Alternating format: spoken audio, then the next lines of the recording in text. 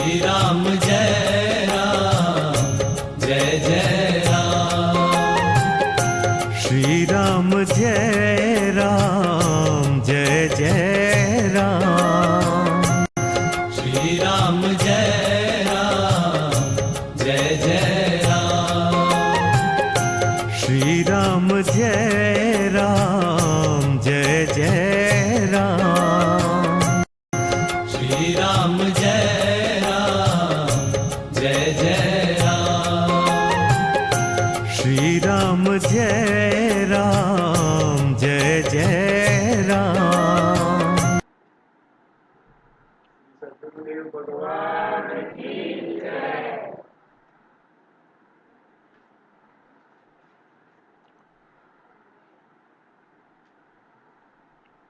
श्री राम। महाभागवत श्री कबीरदास जी।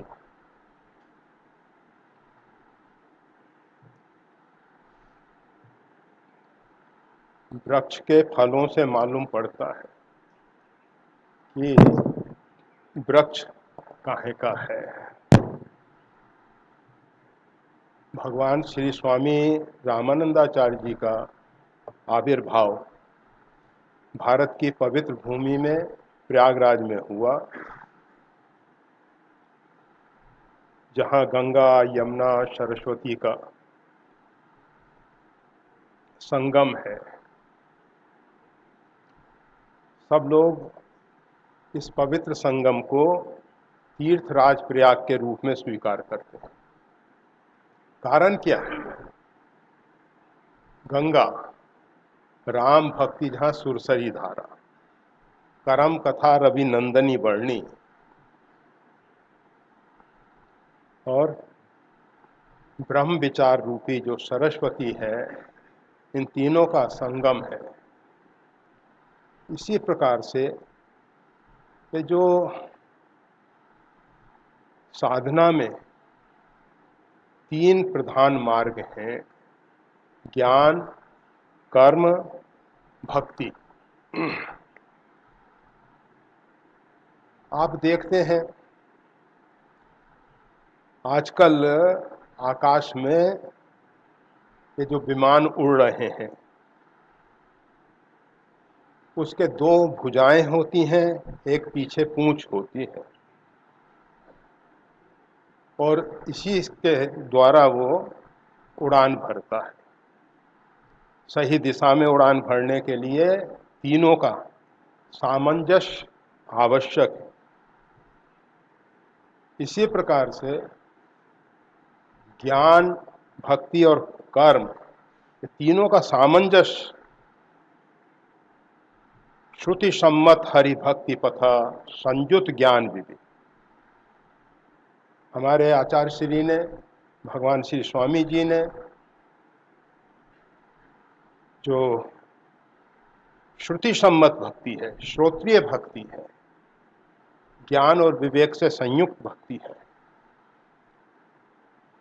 उसकी धारा इस भूमंडल पे पहले से बह रही थी। उसको एक और उज्जवल स्वरूप दिया,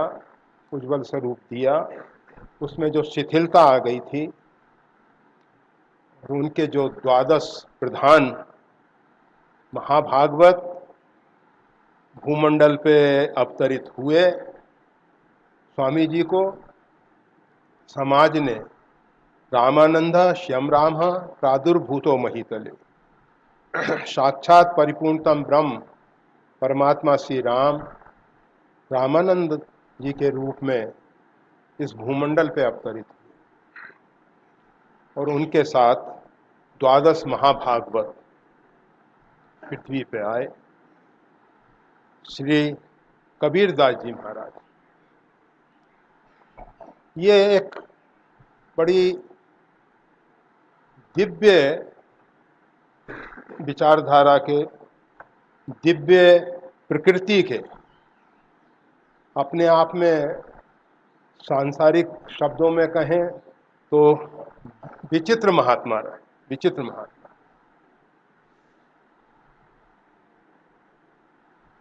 जिन्होंने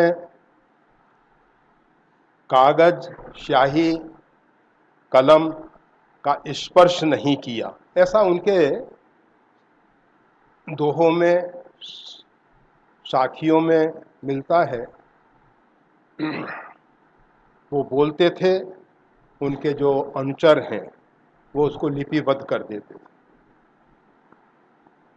ऐसे महापुरुष काशी के विद्वान पंडितों के बीच में उद्घोष करते हैं, पढ़ पढ़ जग मुआ, पंडित भयान, ढाई आखर प्रेम का पढ़े सो पंडित होए। काशी का जो विद्वत समाज है,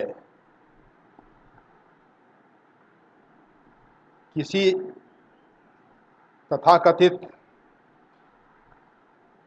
जुल्हा के परिवार में पालित, ऐसा कहा जाता है। वैसे आप तो सब जानते हैं, कबीर साहब ने एक बहुत महत्वपूर्ण दोहा कहा है, जात न पूछो संत की, पूछ लीजिए ज्ञान, मोल करो तलवार का, पड़ी रहन दो म्यान। संतों का प्राकट्य कहाँ हुआ, कब हुआ, कैसे हुआ, इसके विषय में चर्चा करने की बहुत जरूरत नहीं है। साधु किस वर्ण का था, किस जाति का था, साधुओं की जाति विहंग जाति। साधु जो हैं उस मुक्त गगन में विचरण करने वाले विहंग हैं। हम सब पिंजरे में आबद्ध, किसी का पिंजरा सोने का हो सकता है, किसी का पिंजरा लोहे का होगा, किसी का पीतल तांबे, अनेक प्रकार, परंतु सब पिंजरे में आबद्ध पक्षी हैं। और हमारे साहेब अथवा संतों की विहंग जाति होती है, ये मुक्त रूप में गगन में विचरण करते हैं। कौन से गगन में? सूली ऊपर सेज पिया की, यही विधि मिलना होए, उस गगन में जिसमें सूली ऊपर सेज पिया की, जहां उस प्रियतम की विश्राम स्थली है, जहां हमारे आराध्य, हमारे प्रियतम निश्चिंत होकर विश्राम करते हैं, निश्चिंत होकर विश्राम करते हैं। पृथ्वी पे भगवान रहते जरूर हैं, परंतु मंदिर मठों में भगवान के सामने इतने प्रार्थना पत्र ये तथाकथित भक्तों ने, वंचक भगत खड़े हैं, बहुत खड़े हैं उनके दरबार में। कहाई तो राम के, अपने आप को बताते हैं कि हम राम के हैं, हम राम के भक्त हैं, हम राम के दास हैं, परंतु किंकर कंचन को हो काम, कंचन, कामनी, मान प्रतिष्ठा, इसके दास बने, इसके दास। कामादि विकारों से ग्रसित हैं, चल रहे हैं नरक के पंथ पे। काम क्रोध मद लोभ सब नाथ नरक के पंथ, चलते उस पंथ पे हैं। और समाज के बीच में अपने आप की उज्जवल छवि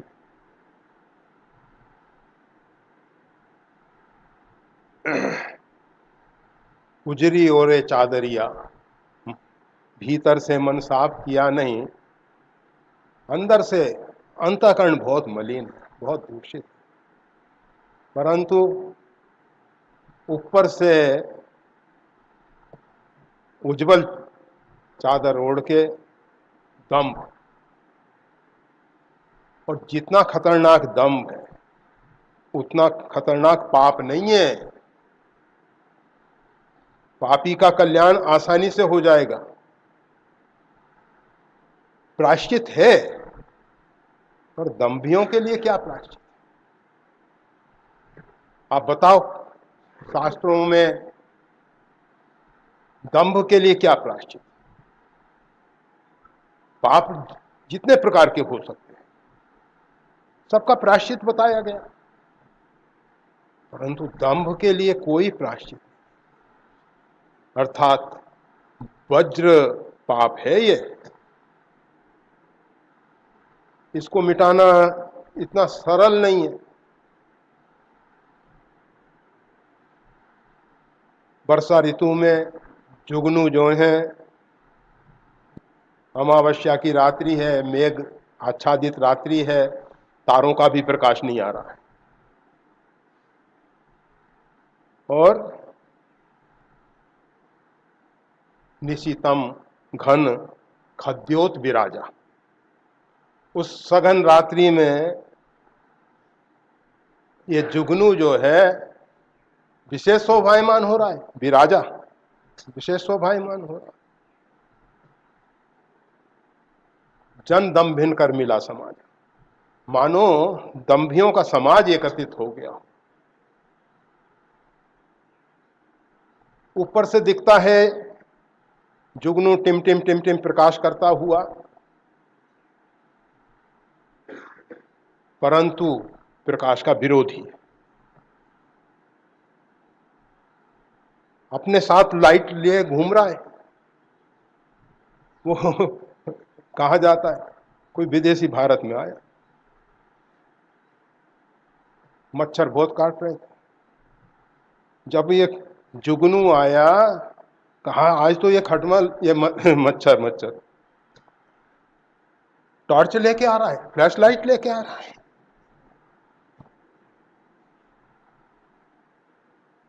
तो ये ऊपर से तो ऐसा लगता है कि प्रकाश साथ में रखे हैं, इसके शरीर से ही प्रकाश हो रहा है, परंतु प्रकाश का विरोधी है। इसको प्रकाश अच्छा नहीं लगता है। जब सघन अंधकार होता है तब ये चमकता है, अर्थात हम चमकना चाहते हैं, हम प्रकाशित होना चाहते हैं। जब सघन अंधकार हो तब वो संभव है, वैसे नहीं। तो ये जो दंभी लोग हैं, ऊपर से तो दिखाते हैं कि हम पंचक भगत, हम भगत हैं, परंतु मन जो है, मन मलिन तन सुंदर कैसे, विषरस भरा कनक घट जैसे।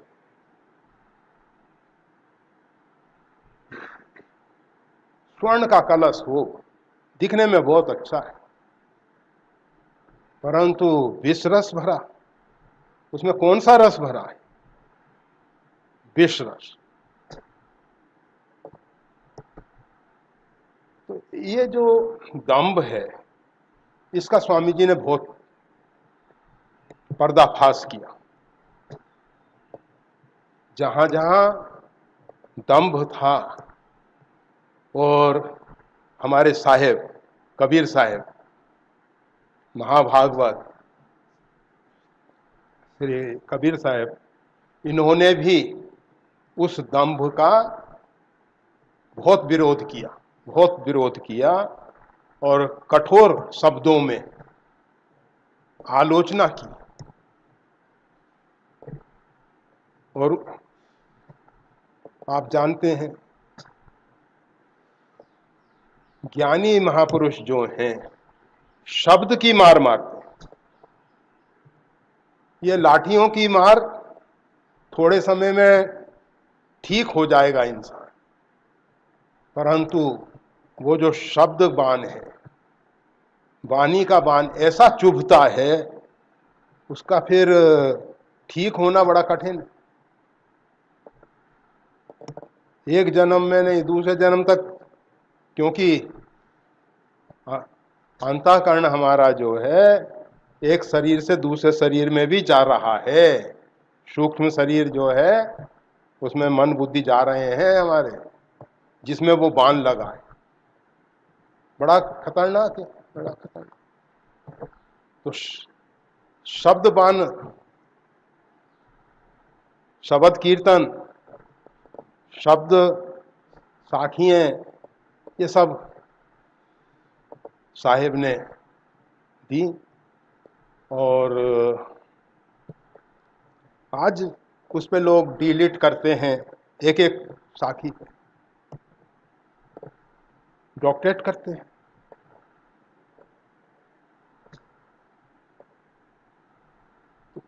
साहेब 2.5 आकर प्रेम का पढ़े हैं, कोई स्कूल कॉलेज में नहीं पढ़े, स्याही कलम कागज का उपयोग नहीं किया, परंतु अपने हृदय में प्रेम रस से परिपूर्ण रहे, प्रेम रस से परिपूर्ण रहे। उनका हृदय जो है प्रेम रस से भरा, और उसकी अभिव्यक्ति अनेक अनेक प्रकार से हुई है। ऐसे महापुरुष जिनका एक एक शब्द लोगों के जीवन में क्रांति ला देता है। आपको मालूम है, सामाजिक व्यवस्थाओं के कारण समाज से भयभीत होकर कबीर साहब जो आचार्य श्री के पास सीधे नहीं जा पाते थे। निज भय डरऊ, अपना भय, स्वामी जी की तरफ से कोई प्रतिबंध नहीं है। स्वामी जी तो रविदास के कुटी पे जाके उसको प्रबोध देते हैं। तो स्वामी जी की तरफ से तो ये भेद दृष्टि लेश मात्र नहीं है, लेश मात्र। परंतु समाज हमारे मन मस्तिष्क को इतना बिगाड़ देता है,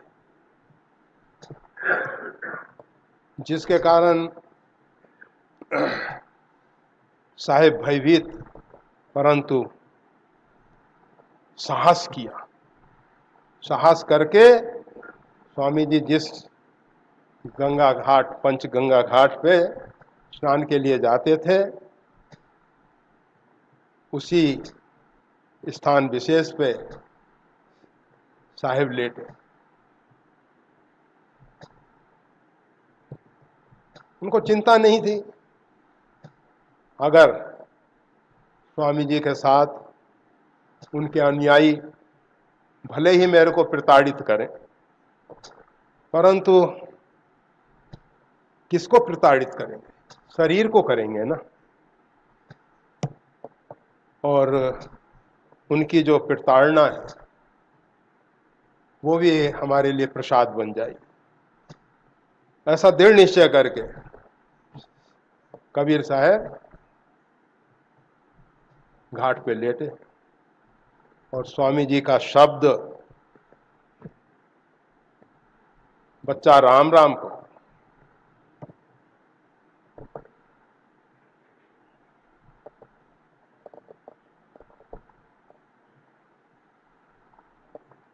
बस उनके लिए महामंत्र, महामंत्र जो ही जपत कर महेशु काशी मुक्ति हेतु उपदेशु, वो महामंत्र बन गया। महामंत्र है ही वो तो महामंत्र।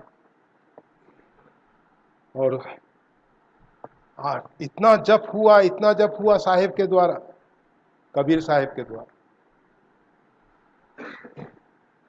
पंडित पद्मनाभाचार्य जैसा विद्वान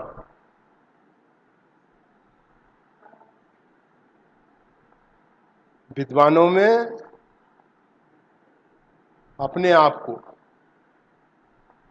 श्रेष्ठतम मानने वाले, क्योंकि उन्होंने भगवती सरस्वती से वरदान प्राप्त किया कि साक्षात में कोई उनको पराजित नहीं कर सकता।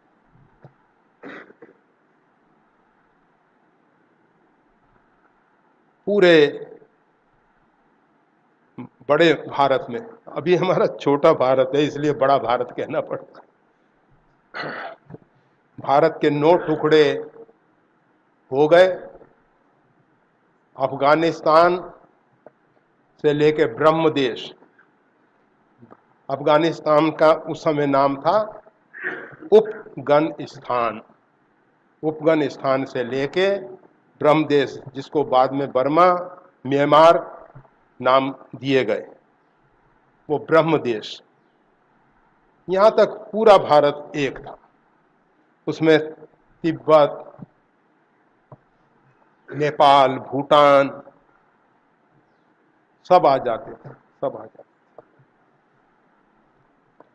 अभी भी नेपाल में, तिब्बत में जो कर्मकांडी संकल्प करते हैं, जम्बू द्वीप है भारत खंड है, भारत खंड के रूप में ही उसको स्वीकार किया गया। क्षेत्र कोई भी हो, त्रिविष्टप क्षेत्र हो या अन्य कोई क्षेत्र हो, तिब्बत त्रिविष्टप क्षेत्र। तो पंडित पद्मनाभाचार्य जी महाराज सरस्वती से वरदान प्राप्त किए कि हमको साक्षात में कोई पराजित ना करे, और अपनी विजय ध्वजा फहराते हुए स्वामी जी के समय काशी जो है, वाराणसी, वारणा और असी के बीच का जो क्षेत्र है, जिसको आजकल लोग बनारस कहते हैं, वाराणसी में, काशी में पहुंचे। विद्वानों को बड़ी तकलीफ हुई कि ये पंडित जी को तो माँ भगवती सरस्वती का वरदान है और सुनिश्चित है वरदान के प्रभाव से हम सबको पराजित होना पड़े।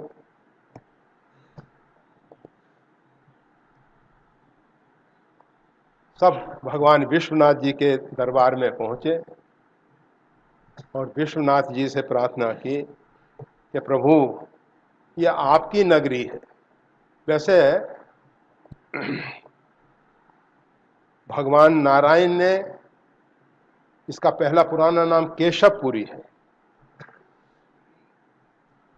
भगवान शंकर को दी। भगवान शंकर ने अपने त्रिशूल पे इसको बसाया है। बड़ी पवित्र नगरी है, अभिमुक्त क्षेत्र है।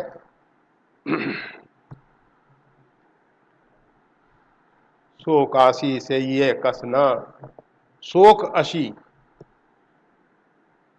दुख को तलवार से काट देने वाली पवित्र पुरी, पवित्र धाम, सही अर्थों में मुक्ति धाम। आजकल मुक्ति धाम हमने देखा, रोड पे एक बोर्ड लगा था मुक्ति धाम, हमने कहा चलो वहां चलेंगे, मालूम पड़ा शमशान को मुक्ति धाम कहते हैं।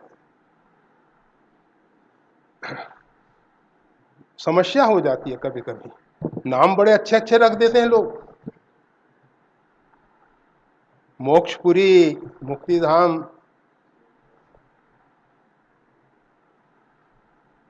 और बारडोली में तो विमान भी रख दिया है कि सीधे चले जाओ।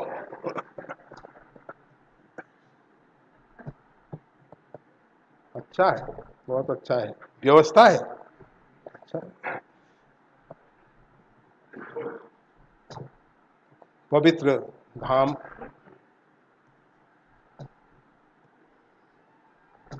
ये जो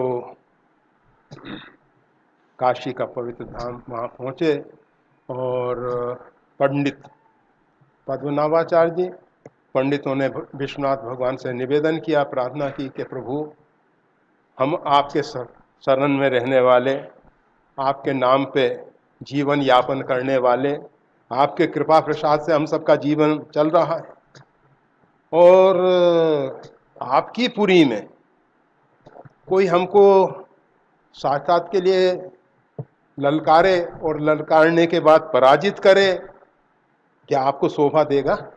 आपकी पुरी है, हम आपके शिशु हैं, हम आपके बच्चे हैं, हम आपके आश्रित हैं।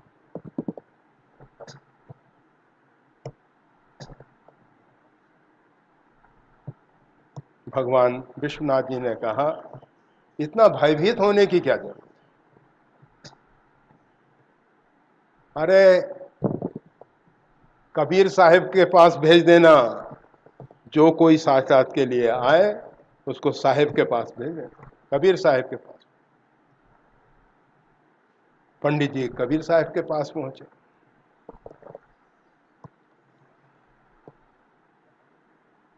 साहिब ने कहा, आप लोगों को भ्रम हो गया भाई, मैं शास्त्र के विषय में क्या जानूं, मैंने कभी लिखा पढ़ा नहीं, मैं तो निरक्षर, किसी विद्वान के पास जाके, किसी साक्षर के पास जाके आप साक्षात करें। नहीं नहीं, सब पंडितों ने कहा है, वो जल्दी स्वीकार नहीं करेंगे, आपके विषय में पहले ही बता दिया है, वो साक्षात को जल्दी स्वीकार नहीं करेंगे, परंतु आप तो पीछे पड़ जाना, हाथ धो के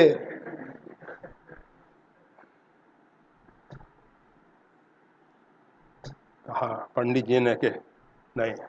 अच्छा एक बात, आपको कोई प्रश्न हो तो प्रश्न करो। साक्षात में जो प्रश्न करता है वो निम्न स्तर का है, जो उसका सही जवाब देता है वो। तो पंडित जी ने सोचा कि इस प्रकार से अपनी धाक जमाई जाए, इस प्रकार से अपनी पताका फहराई जाए। साहेब ने कहा कि भाई देखो, सदगुरुदेव भगवान का आशीर्वाद है, उनका वरद हस्त हमारे सिर पे है, सम्यक प्रकार का समाधान हमारे अंदर हो रहा है। अब बाहर के समाधान की हमको कोई आवश्यकता नहीं, मैं केवल आपके विषय में थोड़ी सी एक जिज्ञासा रख रहा हूं, अगर आपको उचित लगे तो उत्तर दें। कहा कि आप समझ के पढ़े या पढ़ के समझे? पंडित जी ने कहा, अगर समझ के पढ़ने वाली बात कही जाती है, समझ आ जाती, फिर पढ़ने की क्या जरूरत? समझने के लिए तो पढ़ा जाता है, और अगर पढ़ के समझे होते तो फिर ये शास्त्रार्थ इत्यादि के पचड़े में क्यों फंसते? इसी प्रकार के वो किम कर्तव्य विमूढ़ हो गए, कुछ समझ में नहीं आता कि क्या जवाब दें, क्या जवाब दें। तुरंत हाथ जोड़ के चल दिए और एक पीपल के वृक्ष के नीचे पहुंचे, गंगा के तट पर। संध्या हो चुकी थी और रात्रि में ये जो प्रेत आत्माएं वो सब वहां आके वृक्ष पे बैठने लगी। अब जैसे पक्षियों का कोलाहल होता है ना, ऐसे कोलाहल हो रहा। पंडित जी ने सोचा कि यहाँ शांति के लिए आए थे और यहाँ भी वही कोलाहल चल रहा है, चलो बैठते हैं, जो भी होगा देखा जाए। बैठे। तब तक दो पिशाच, दो प्रेतात्माएं आपस में झगड़ने लगी। वहां भी झगड़े हैं, देवताओं में भी झगड़े हैं, सब जगह झगड़े ही झगड़ा है सीट के लिए। क्या कहा, ये हमारी सीट है, यहां मत बैठो। कहा, ये तुम्हारी सीट कैसे हो जाएगी, ये तो पंडित जी के लिए आरक्षित है, पंडित पद्मनाभाचार्य जी की आरक्षित सीट है, ये तो उन्होंने पहले से आरक्षण करा रखा है। अब वो पंडित के कान में शब्द गया, हमारे लिए आरक्षित सीट ऊपर, और वो ये भूत प्रेतों के बीच में, क्या चक्कर क्या है? तो एक बुढ़ा प्रेत बोला, वयोवृद्ध, बहुत लंबे समय प्रेत था, वो बोला, पंडित जी तो आदिशक्ति जगदम्बा की उपासना किए हैं, फिर प्रेत, ये बात तो समझ में नहीं आती, क्या बात? कहा कि उन्होंने आदिशक्ति जगदम्बा की आराधना उपासना जरूर की, परंतु मान प्रतिष्ठा के लिए, आत्म कल्याण के लिए नहीं की।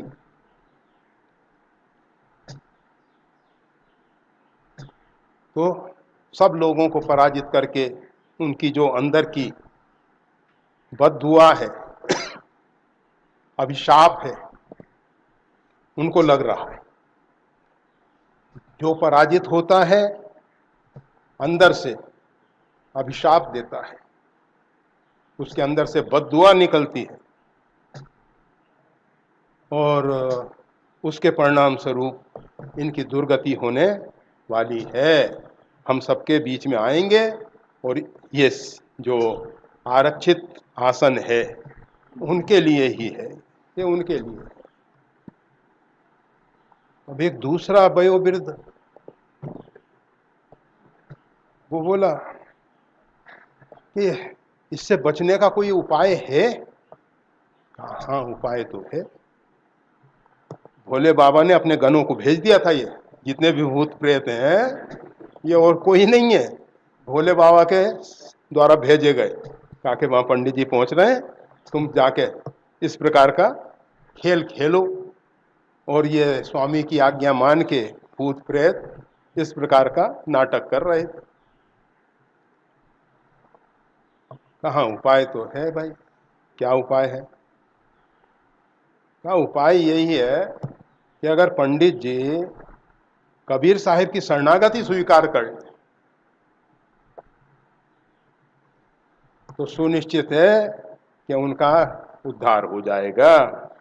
अब तो पंडित जी भागे वहां से और साहेब के चरणों में आके पड़ गए। अरे पंडित जी क्या कर रहे हो आप? भगवान विश्वनाथ ने मेरे को दृष्टि दी है, आप कोई साधारण व्यक्ति नहीं है, साधारण व्यक्ति नहीं है, आप महाभागवत हैं, आपके कृपा प्रसाद से ही मेरा उद्धार संभव है, आपके कृपा प्रसाद से मेरा, और आप कृपा करके मेरे को अपना शिष्य बना लीजिए। कहा कि हमारे गुरुदेव ने महामंत्र राम राम कहो कहा है, जाओ पंडित जी आप भी राम नाम जपो। तो कहने का मतलब ये है, साहेब ने मंत्र मूलम गुरोर वाक्यम, गुरु वाक्य को मंत्र मूल के रूप में महामंत्र को जपा और जपने से उसकी पराकाष्ठा तक पहुंचे हैं। ऐसे विद्वान उनका शिष्यत्व स्वीकार कर रहे हैं। ऐसे तो कबीर साहब एक दिव्य पुरुष है, महापुरुष है, महाभागवत है। उनका एक जो चरित्र है वो अपने आप में हम सब के लिए प्रेरणादायक है। कोई भी व्यक्ति केवल 2.5 अक्षर प्रेम के पढ़ ले अथवा 2 अक्षर आखर मधुर मनोहर दो राम नाम, जो ये 2 अक्षर हैं ये पढ़ ले, 2 में भी काम चल जाएगा, 2.5 में भी चल जाएगा। इससे आगे जाने की जरूरत नहीं है, 3 के चक्कर में मत पड़। ये जो त्रिगुणात्मक माया है इससे बच के रहना, ये त्रिगुण का जो तिकड़म है इसमें मत फंसना बस। तो साहेब ने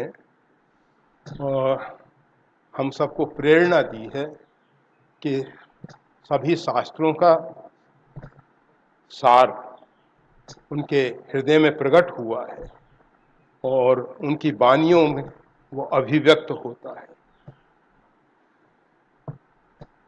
साहेब कहते हैं कि क्यों इतना समय हारे पिता पढ़ाई पढ़ाई, क्यों समय बर्बाद कर रहे हो? समय का पूरा पूरा सदुपयोग करो, अर्थात श्वास प्रति श्वास,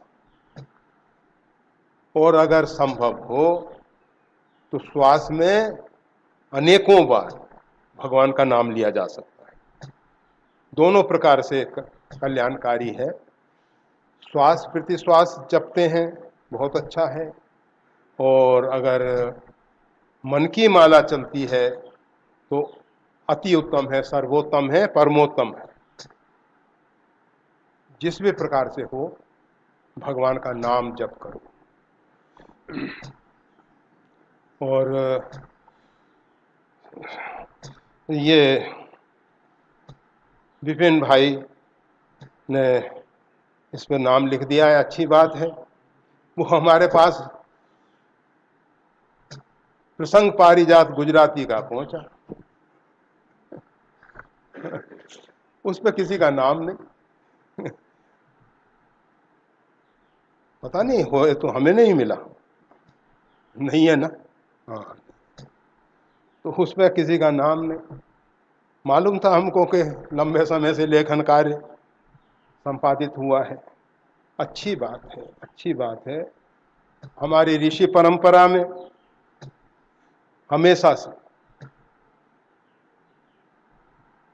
भगवान की शरणागति का जो षड्विधि शरणागति है, उसमें भी एक गोपित्वम, अपने आप को छिपाना, शरणागति को छिपाना। हम भगवान के भक्त हैं, इस बात को छिपाना। कबीर साहब तो कहते हैं, हीरा पायो गाठ गठायो, ताको फिर बार बार क्यों खोले। उस परम चिंतामणि, भक्तिमणि, राम नाम मणि, इसको प्रकट करने की जरूरत नहीं है। ये तो अंदर ही अंदर प्रकाश करे। ठीक है, अगर कहीं आवश्यकता हो, भीतर बाहर जो चाहो प्रकाश। अगर भीतर और बाहर दोनों जगह प्रकाश करना चाहते तो दहली पे, जीव रूपी दहली पे राम नाम मणिदीप धरू, तो अच्छा है। परंतु होता क्या है, देखो, हम किसी की आलोचना नहीं कर रहे हैं।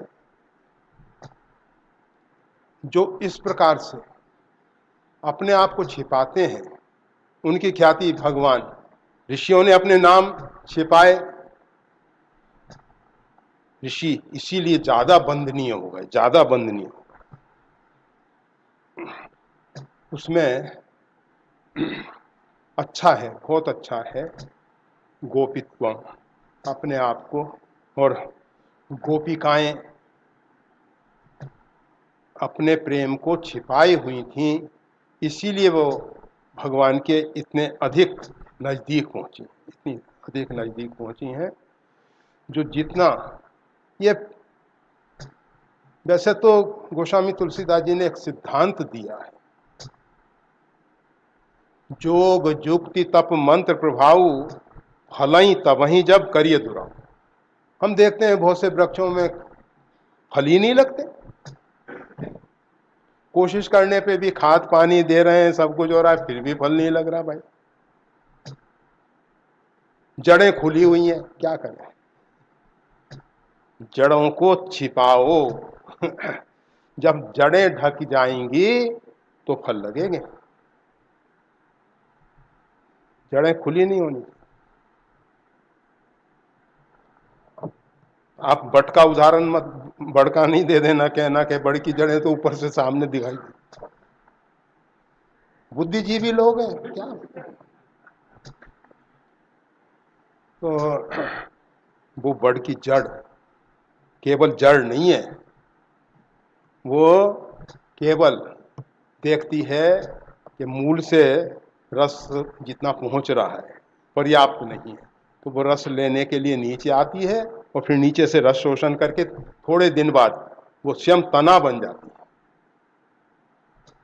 फिर वो जड़ नहीं रहती है, फिर उसमें से और फिर शाखाएं निकलने लग जाती हैं, और फिर आगे चल के और आगे विस्तार विस्तार, बाद आगे चल के तो मालूम ही नहीं पड़ता कि मूल में बड़ का पेड़ का कौन सा तना था, इतना उसका फैलाव हो जाता है। तो अच्छी बात है कि छिपाना, अच्छी बात है, छिपाना चाहिए ही। और सदा रहीं अपनपो दुराए, सब विधि कुशल कुबेश बनाए। ये सैद्धांतिक बात है, किसने कही है इसका कोई मतलब नहीं, परंतु बात सैद्धांतिक है। प्रभु जानत सब भी नहीं जनाए, वो परमात्मा और हमारा अंतःकरण जिसमें ये चित्रगुप्त सब चित्रों को संग्रह कर रहा है। हमारे चित्त में सब संग्रह हो रहे हैं, वो बिना जनाए जानते हैं, उसको बताना नहीं पड़ता, उसमें सब अंकित हो रहा है वो लेखन कार्य। तो अच्छी बात है। तो हम ये कह रहे थे कि ये पुस्तिका, लघु पुस्तिका विपिन भाई के द्वारा लिखित है। अच्छी बात है, परमात्मा ने अवसर दिया, परमात्मा ने निमित्त बनाया। परमात्मा के प्रति अहोभाव व्यक्त करना चाहिए, करना ही चाहिए, क्योंकि परमात्मा ने इस प्रकार के पवित्र कार्य करने के लिए, अरे महाभागवतों के चरित्र को हम लिख पाए, इसलिए अहोभाव तो व्यक्त करना ही चाहिए। उनकी कृपा करना बरसी, अच्छा है। तो इसमें हमें नहीं मालूम है क्या लिखा गया है, परंतु जो भी है वो लिखा गया था। बारडोली में ये जो संस्कार सिंचन केंद्र बाल शिविर चलता है, उसकी शिष्ट वाचन परीक्षा के लिए इसका प्रकाशन किया गया है। तो अच्छा है वो बालकों के हिसाब से। और ये जो संस्कार सिंचन की बात है, एक बहुत महत्वपूर्ण बात है, महत्वपूर्ण कार्य है। अगर किसी राष्ट्र को आपको समृद्ध बनाना है, तो राष्ट्र के कर्णधार इन बालकों को सुसंस्कृत कर दो, अच्छे संस्कारों से सिंचित कर दो, फिर आप पाएंगे कि हमारा राष्ट्र एक बहुत विश्व गुरु के रूप में जैसा पहले था, कारणोंवश यहाँ एक एक विश्वविद्यालय में 400 भाषा के जानकार आचार्य प्राचार्य रहते थे। पूरे देश विदेश से विद्यार्जन के लिए यहाँ भारत में आते थे। नालंदा विश्वविद्यालय, तक्षशिला विश्वविद्यालय, काशी विश्वविद्यालय, श्रीनगर विश्वविद्यालय, ये सब विद्या के बहुत बड़े केंद्र थे।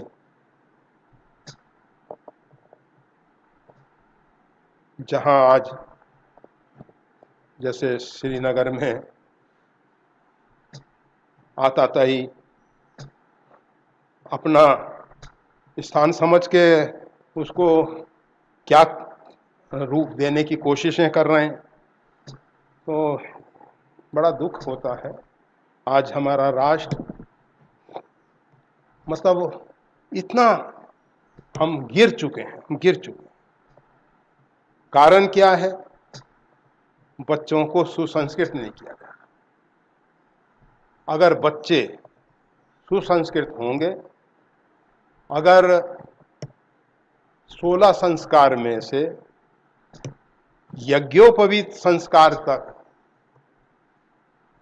उनको संस्कार दे दिया गया, तो बहुत कुछ बन जाएगा। उपनयन संस्कार है, परंतु वहां तक चूक रहे हैं। उपनयन संस्कार होता भी है, थोड़े दिनों में यज्ञोपवीत को उठा के खूंटी पे टांग कर। तो ये जो भी स्थितियां बनी हैं, इसके विषय में हम सबको सोचना चाहिए। अगर हम अभी नहीं जागे तो अभी जितना पतन हो चुका है उससे कहीं अधिक पतन की संभावनाएं हैं, बहुत अधिक पतन की संभावनाएं हैं। और बहुत गिर चुके हैं हम, बहुत गिर चुके हैं। आज उच्च शिक्षा के लिए हमको विदेशों में जाना पड़ता है। एक दिन वो था कि शिक्षा के लिए और उच्च शिक्षा के लिए सब भारत की ओर देखते थे, सब भारत की ओर, भारत में आके विद्या अर्जन करते थे। सब प्रकार की विद्याएं यहाँ से गई हैं। और आज हमारे जितने सही बुद्धिजीवी हैं उनकी बुद्धि का उपयोग वो पाश्चात्य देश वाले कर रहे हैं। किस प्रकार से हम अर्थ के गुलाम हो गए, पैसे के गुलाम हो गए। पैसे के लिए हम उन देशों में जाते हैं और अपनी बौद्धिक क्षमता, अपनी शारीरिक क्षमता का उपयोग उनके लिए करते हैं। अगर मानवता के लिए करते होते, कहीं भी जाके करते, कोई परेशानी नहीं थी, कोई परेशानी नहीं, परंतु मानवता की रक्षा के लिए होता, परंतु मानवता की रक्षा के लिए नहीं। आज तो जिसकी लाठी उसी की भैंस, भैंस का मालिक कौन है इसका कोई मतलब नहीं है। जिसके पास प्रहार करने की क्षमता है, लाठी मतलब प्रहार करने की क्षमता,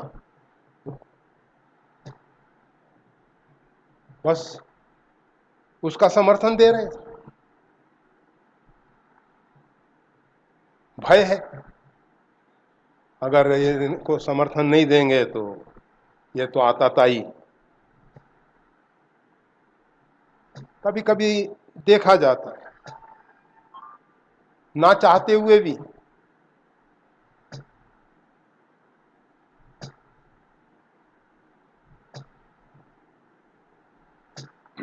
तो कुत्ते को टुकड़ा डाल दिया कि भाई भौंके नहीं, डाल दिया जाता है। वैसे कुत्ता वफादार है, अच्छी बात है, वो उसकी तुलना ऐसे व्यक्तियों से नहीं की जा सकती। ये तो उससे कहीं बहुत अधिक निम्न स्तर के गिरे हुए लोग हैं। कुत्ता तो बहुत वफादार है, बहुत समझदार है। जिसका खाता है आप उसको टुकड़ा दो, पूंछ हिलाएगा, धन्यवाद, आपको धन्यवाद देता है। ऐसे ही नहीं, और अपने अन्य लोगों को भी बुला लेता है कि आओ तुम भी। अच्छा है जो भी है। तो संस्कार सिंचन की बात, जो भी इस प्रकार की संस्थाएं, जो भी इस प्रकार के केंद्र कार्य कर रहे हैं, अच्छा है, बहुत अच्छा है, करना चाहिए। और कोशिश ये होनी चाहिए गर्भाधान संस्कार से लेके अंत्येष्टि संस्कार तक सभी संस्कारों से हम सब संपन्न हों, सभी संस्कारों से हमारा जीवन सही मानव जीवन बने। जब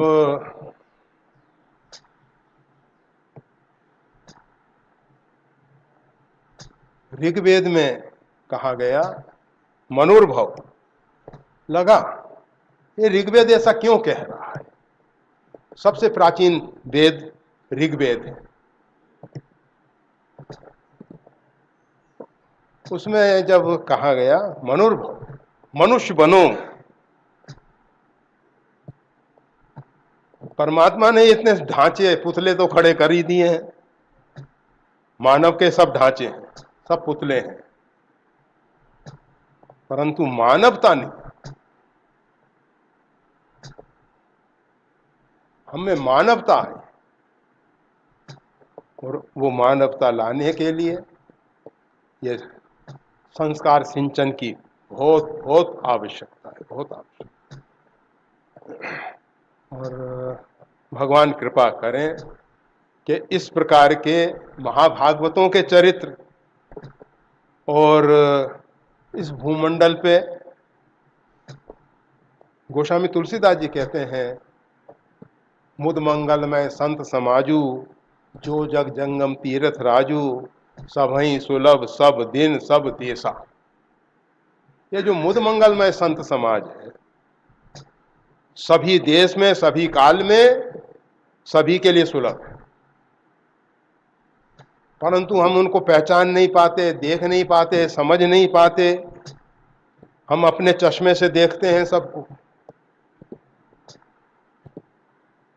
हमारे चश्मे में जैसा नंबर का लाके लगा दिया गया है, वैसा हमको तो दिखाई देता।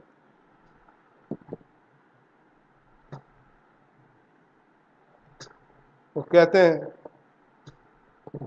पहले तांगे चलते थे, तो घोड़े के आंखों के सामने चमड़े का ऐसे कहते हैं ये चश्मा है। अरे भाई कैसा चश्मा है, इधर उधर का ना देखे, सामने का देखे। अगर इधर उधर का देखेगा तो विचलित होके इधर उधर कहीं हो गया तो हमको उस चश्मे की जरूरत है कि जो हम इधर उधर ना देख के सीधा लक्ष्य की ओर देखें। और हम नहीं कह रहे कि वो चमड़े के चश्मे लगा लो,